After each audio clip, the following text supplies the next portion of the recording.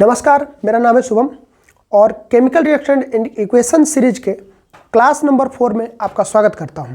तो आज की क्लास में हम इलेक्ट्रोलाइसिस ऑफ वाटर और केमिकल रिएक्शन के टाइप्स में displacement reaction, double displacement reaction देखने वाले हैं। तो चलिए फटाफट से क्लास को शुरू कर लेते हैं।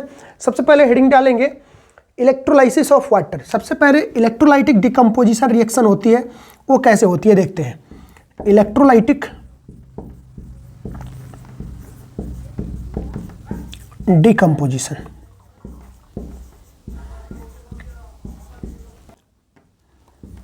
When electricity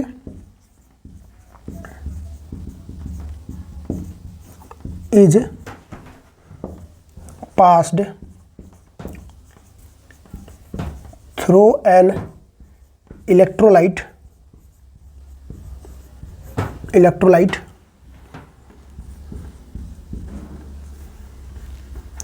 decomposition reaction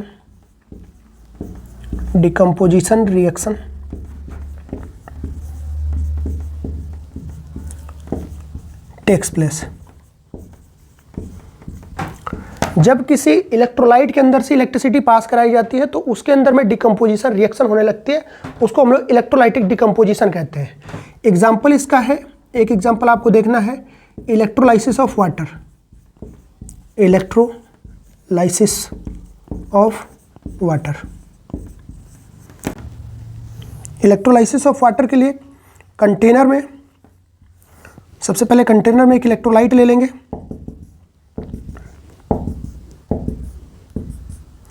अब इस इलेक्ट्रोलाइट में दोनों टर्मिनल यानी कि एनोड और कैथोड को डाल देंगे। अब यहाँ से हम इलेक्ट्रिसिटी की सप्लाई देंगे। ये पॉजिटिव टर्मिनल है तो इसको हम बोलेंगे एनोड, इसको हम बोलेंगे एनोड, और ये है हमारा कैथोड। कैथोड ये पॉजिटिव टर्मिनल, नेगेटिव टर्मिनल। अब इसके अंदर में वाटर है और वाटर के साथ में मिक्स किया हुआ है H2SO4 यानी सल्फ्यूरिक एसिड इसमें मिक्स करा हुआ है ताकि ये इलेक्ट्रोलाइट बन जाए। जब इसमें इलेक्ट्रिसिटी पास कराई जाएगी तो इसके वाटर के मॉलिक्यूल टूटेंगे और वाटर के मॉलिक्यूल टूट के हाइड्रोजन एक इलेक्ट्रोड पे और ऑक्सीजन दूसरे इलेक्ट्रोड पे बनने शुरू हो जाएंगे। इसमें आपको हाइड्रोजन इस इलेक्ट्रोड पे और ऑक्सीजन इस इलेक्ट्रोड पे, यानी कि यहाँ से कुछ बबल्स निकलने शुरू हो जाएंगे। हाइड्रोजन ऑक्सीजन के बबल्स दोनों इलेक्ट्रोड पे बनने शुरू हो जाएंगे। इस सरफेस पे भी बबल बनने लगेंगे। अब ये बबल धीरे धीरे इस कंटेनर से बाहर निकलेंगे तो हमें देखने को मिलेगा कि इसके पॉजिटिव टर्मिनल पे ऑक्सीजन बन रहा है और नेगेटिव टर्मिनल पे हाइड्रोजन बन रहा है। चलिए देख लेते हैं कहाँ पे क्या हो रहा है। At anode, at anode, anode पे क्या बन रहा है? तो एनोड के टर्मिनल पे आपको दिख रहा है ऑक्सीजन गैस बन रही है, ऑक्सीजन। और कैथोड पे क्या हो रहा है? कैथोड पे हाइड्रोजन गैस बन रही है। तो आपको एक चीज़ तो ध्यान रखना है कि कौन से इलेक्ट्रोड पे क्या बन रही है वो देख लेते हैं। Sorry, anode. अब ये हो गई हमारी जो गैस बन रही है जिस इलेक्ट्रोड के ऊपर, उसकी कहानी हो गई। अब इसमें कुछ क्वेश्चन पूछे जाते हैं। क्वेश्चन क्या पूछा जाता है कि जिस इलेक्ट्रोड के ऊपर में जो दोनों गैसें बन रही होती हैं तो एक इलेक्ट्रोड के ऊपर जो गैस बनती है वो दूसरे इलेक्ट्रोड के अकॉर्डिंग दुगनी होती है, यानी कि दोनों में डिफरेंस होता है आधा और दुगने का। क्वेश्चन आता है why the amount of gas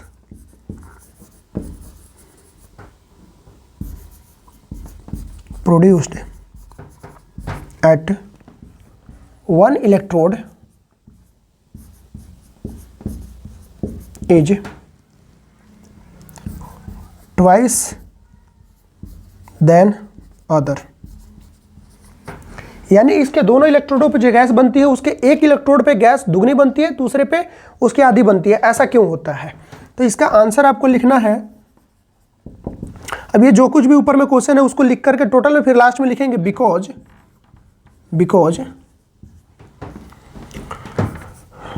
water is made up of 2 part of hydrogen and 1 part of oxygen। Generally देखा जाता है कि हाइड्रोजन गैस दुगनी बनती है, ऑक्सीजन गैस कम बनती है। रीजन इसका ये है कि अगर हम वाटर के एक मॉलिक्यूल में देखेंगे तो 2 पार्ट हाइड्रोजन है, 1 पार्ट ऑक्सीजन है, इसलिए हाइड्रोजन गैस दुगनी बनती है। तो इसमें हमें कैथोड के ऊपर में जो गैस बनेगी, यहाँ पे जो गैस बनेगी, ये गैस एनोड के कंपेरिजन में दुगनी बनेगी। तो ये क्वेश्चन आपको बोर्ड में पूछा गया है प्रीवियस ईयर में, तो इसको आप अच्छे से नोट डाउन कर लेंगे। चलिए अब हम देखते हैं displacement reaction. Displacement reaction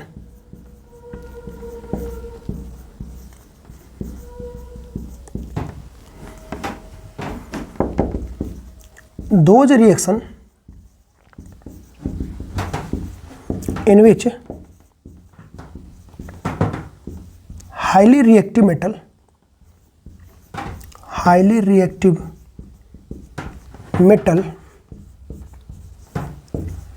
displace less reactive metal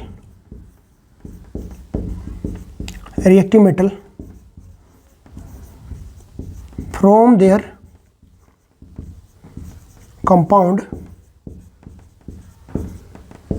is called displacement reaction।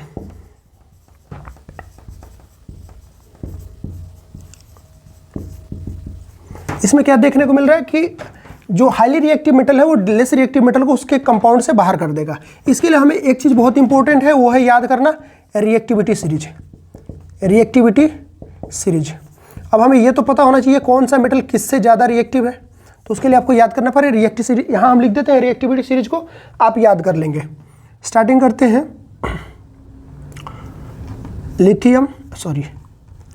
Potassium, sodium, calcium, magnesium, aluminium, zinc, iron, lead, hydrogen, copper, mercury, silver, gold. ये है रिएक्टिविटी सीरीज का डिक्रीजिंग ऑर्डर, यानी कि ऊपर में हाईली रिएक्टिव होता है और जैसे जैसे नीचे जाएंगे रिएक्टिविटी इसकी डिक्रीज होती है। तो नीचे के मेटल ऊपर वाले मेटल को डिस्प्लेस नहीं कर सकता और किसी भी ऊपर वाले मेटल नीचे वाले मेटल को डिस्प्लेसमेंट कर सकता है, यानी कि जो कम। चलिए एग्जांपल देखते हैं। एक है हमारे पास iron plus copper sulphate. Copper sulphate में हमने आयरन को डाला तो क्या देखने को मिला, FeSO4, साथ में कॉपर बाहर हो गया। ये एक्वस, यहाँ ये सॉलिड है, यहाँ पे ये एक्वस सॉल्यूशन बन गया और इसका कॉपर का सॉलिड फॉर्म में बाहर निकल गया। कलर देखेंगे तो इसका कलर ब्लू होता है, यहाँ पे देखें तो कॉपर का कलर होता है ब्राउन। और देखने को मिलता है कि जब किसी कंटेनर के अंदर में कॉपर सल्फेट लेके उसमें कोई आयरन की नेल डाली जाएगी, आयरन की, तो ये आयरन का नेल थोड़ी देर के बाद धीरे धीरे ब्राउन हो जाता है, ये ब्राउन हो जाता है। यानी इसका कलर आप 1 घंटे आधे घंटे बाद देखेंगे तो इसका कलर कैसा हो जाएगा, तो इस आयरन नेल का कलर ब्राउन हो जाएगा, इसका कलर ब्राउन हो जाएगा। यानी कि कॉपर सल्फेट, आयरन ने कॉपर सल्फेट, अब इसमें आप थोड़ा सा ध्यान देंगे, कॉपर से ज़्यादा रिएक्टिव आयरन है, तो यहाँ देखेंगे रिएक्टिविटी सीरीज में कॉपर यहाँ पे है और आयरन उससे ज़्यादा रिएक्टिव है, तो आयरन कॉपर सल्फेट को डिस्प्लेस करेगा, यानी कॉपर को डिस्प्लेस करेगा कॉपर सल्फेट से और आयरन सल्फेट बना देगा। इसमें आपको कलर इंपॉर्टेंट है, याद रखना है कौन सा कंपाउंड बन रहा है, वो याद रखना है कि इस आयरन के सरफेस के ऊपर में जो ब्राउन कलर की सब्सटेंस बनेगा उसका क्या नाम है, वो आपको याद रखना होता है। साथ में ये जो लिक्विड होगा, इस लिक्विड का क्या कंपाउंड बन जाएगा, तो ये लिक्विड बन जाता है आयरन सल्फेट, ये आयरन सल्फेट बन जाता है। इसकी कलर चेंज हो जाती है, यहाँ से ब्लू रहता है, यहाँ पे आयरन सल्फेट बनता है, साथ में ब्राउन कलर का कॉपर बाहर निकल जाता है। ये रिएक्शन अभी आगे देखते हैं। डिस्प्लेसमेंट रिएक्शन का एक और एग्जांपल, एक एग्जांपल है PbCuCl2 कॉपर क्लोराइड। अब लेड है कॉपर क्लोराइड, यहाँ देखेंगे लेड इसमें कहाँ है, लेड कॉपर से ज़्यादा रिएक्टिव है, रिएक्शन करेगा यानी कि इसको डिस्प्लेस करेगा, तो यहाँ बन जाएगा PbCl2 प्लस बाहर निकलेगा कॉपर, सॉलिड फॉर्म में बाहर निकल जाएगा। तो ये रिएक्शन इसमें डिस्प्लेसमेंट का होता है। एक और एग्जांपल देख लेते हैं, जिंक कॉपर सल्फेट। जब रिएक्शन कराएंगे जिंक को कॉपर सल्फेट से, तो यहाँ देखते हैं जिंक रिएक्टिव, तो जिंक कॉपर से ज़्यादा रिएक्टिव है, तो ये जिंक डिस्प्लेस करेगा, बनाएगा जिंक सल्फेट और बाहर निकलेगा कॉपर सॉलिड फॉर्म में, ये एक्वस सॉल्यूशन बनाएगा। तो कॉपर सल्फेट से जिंक ने रिएक्ट करके जिंक सल्फेट बनाया और कॉपर को बाहर कर दिया, यानी कि डिस्प्लेसमेंट रिएक्शन तभी होगी जब रिएक्टिविटी में ज़्यादा रिएक्टिव मेटल कम रिएक्टिव मेटल के कंपाउंड से रिएक्ट करेगा, तो ये डिस्प्लेसमेंट रिएक्शन होती है। अभी हम चलिए नेक्स्ट देखते हैं, ये आपका रिएक्शन नंबर 3 है। चलिए नेक्स्ट रिएक्शन देखते हैं। अगला रिएक्शन है double displacement reaction, reaction number 4 double displacement reaction.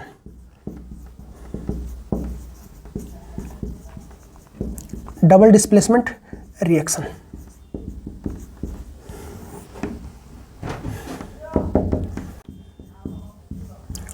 those reaction in which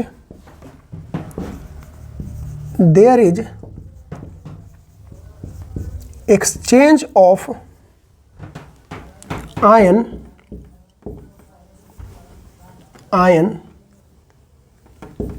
between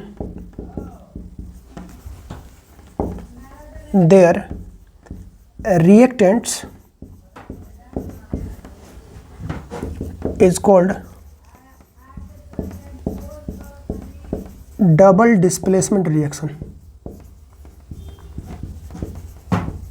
double displacement reaction वैसा रिएक्शन जिसके अंदर में उनके रिएक्टेंट के बीच में आयन का एक्सचेंज होगा, तो उस रिएक्शन को हम डबल डिस्प्लेसमेंट रिएक्शन के तौर पे देखेंगे। एग्जाम्पल देख लेते हैं इसका। Sodium sulphate barium chloride, sodium sulphate barium chloride, ये रिएक्ट करके कैसे बनाएगा, पहले हम इसका आयन देख लेते हैं। ये टूटेगा तो सोडियम 1+ SO4 2- आयन में कन्वर्ट होगा। ये जब डिसॉल्व होगा तो ये भी बेरियम 2+ और क्लोरीन 1- इसमें टूट जाएगा। तो जब ये टूटेंगे तो सोडियम किसके साथ जाएगा, क्लोरीन के साथ जाएगा, और बेरियम सल्फेट के साथ जाएगा। तो इनके बीच में आयन का एक्सचेंज देखने को मिलेगा। ऐसी कंडीशन में ये डबल डिस्प्लेसमेंट रिएक्शन होगा, दोनों में डिस्प्लेसमेंट आपस में एक्सचेंज हो जाएगी। तो सोडियम जाएगा क्लोरीन के साथ में तो बना लेगा सोडियम क्लोराइड एक्वस फॉर्म में, और बेरियम जाएगा सल्फेट के साथ में तो बना लेगा BaSO4। जब वैलेंसी इसकी 2 है, इसकी 2 है, ठीक है, BaSO4 बन जाएगा। ये हमारा सॉलिड फॉर्म में निकलेगा, यानी कि ये PPT बनाएगा।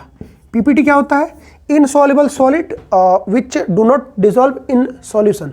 वाटर के अंदर डिसॉल्व नहीं होता तो क्या लगेगा PPT, यानी कि वो एक प्रेसिपिटेट होगा, यानी कि वो डिसॉल्व नहीं होगा, उसके अंदर में वो सॉलिड फॉर्म में रह जाएगा। तो ये बेरियम सल्फेट जो है वो PPT बनाता है, ठीक है। अब कहता है कि अगर किसी रिएक्शन के अंदर में PPT बनता है तो उस रिएक्शन को हम लोग प्रेसिपिटेशन रिएक्शन भी बोल सकते हैं। तो यहाँ पे एक और रिएक्शन देखने को मिलेगा, precipitation reaction. The reaction in विच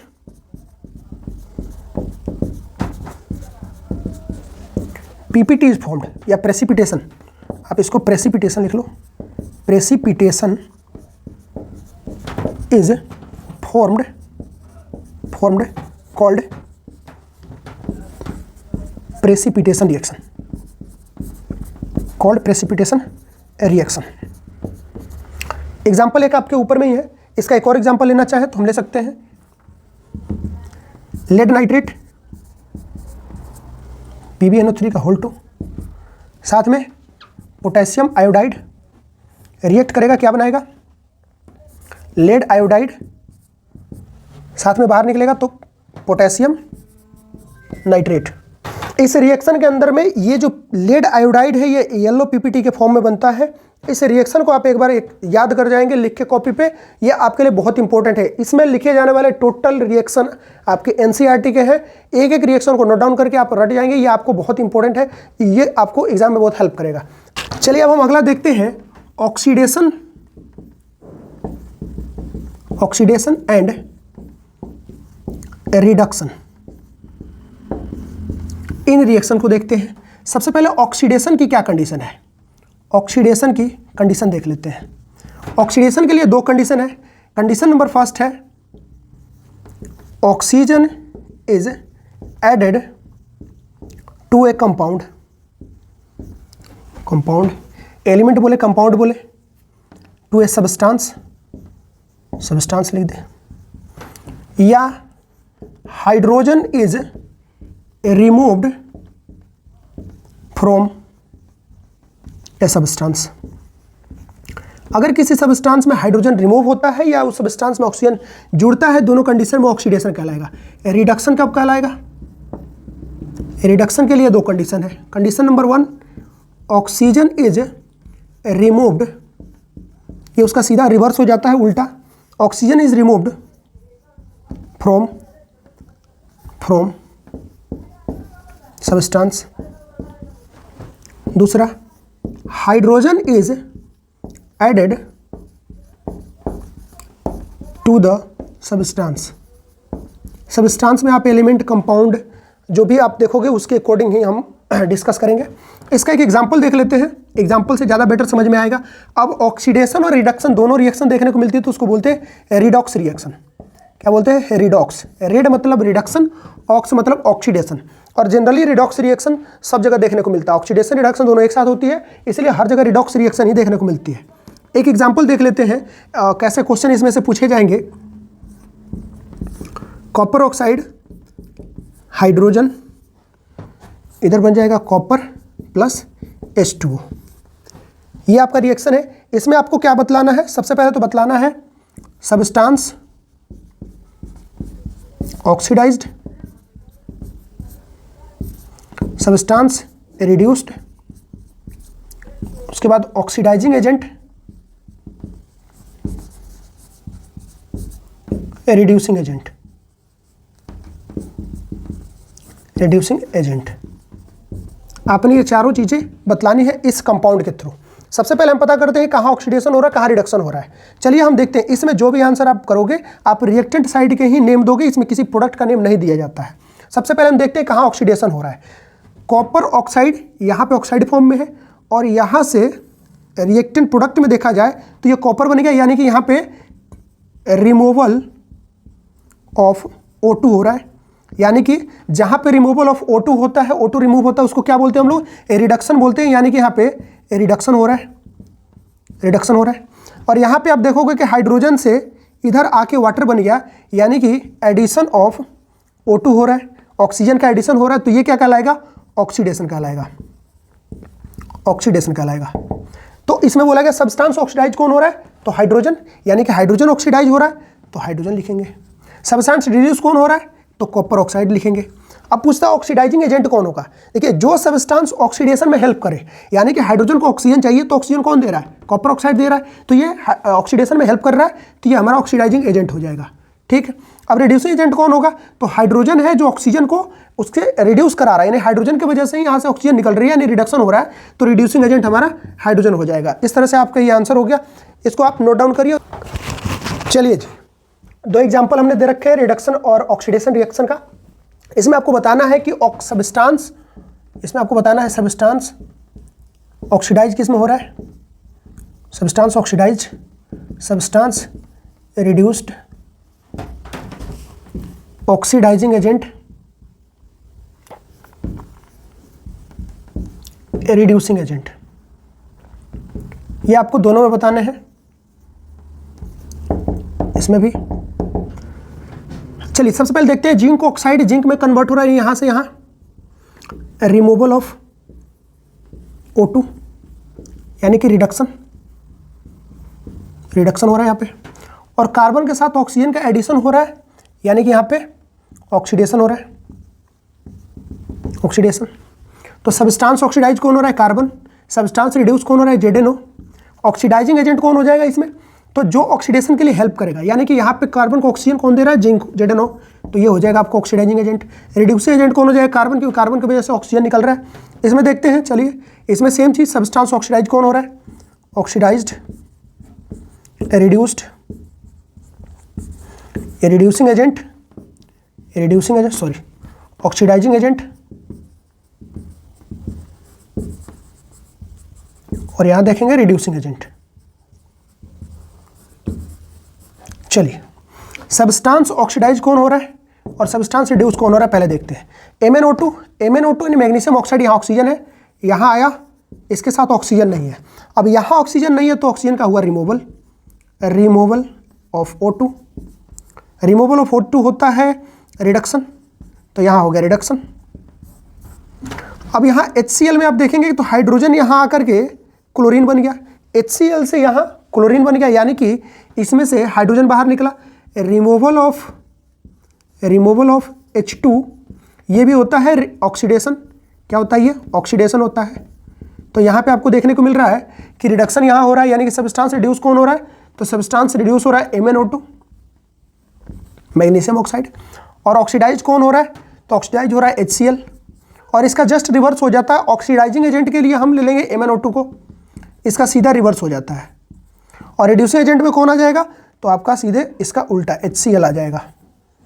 इस तरह से आप ऑक्सीडाइजिंग और रिड्यूसिंग एजेंट पता कर सकते हो, और सब्सटेंस कौन ऑक्सीडाइज हो रहा है, रिड्यूस हो रहा है। इसके और भी सारे क्वेश्चन प्रैक्टिस करोगे तब आपको समझ में आएगी। आज की क्लास यहीं पे खत्म होती है, अगली क्लास में हम देखेंगे इसके आगे की एक और रिएक्शन बच गई है, उसे हम अगले क्लास में देखेंगे। तब तक के लिए बहुत बहुत धन्यवाद।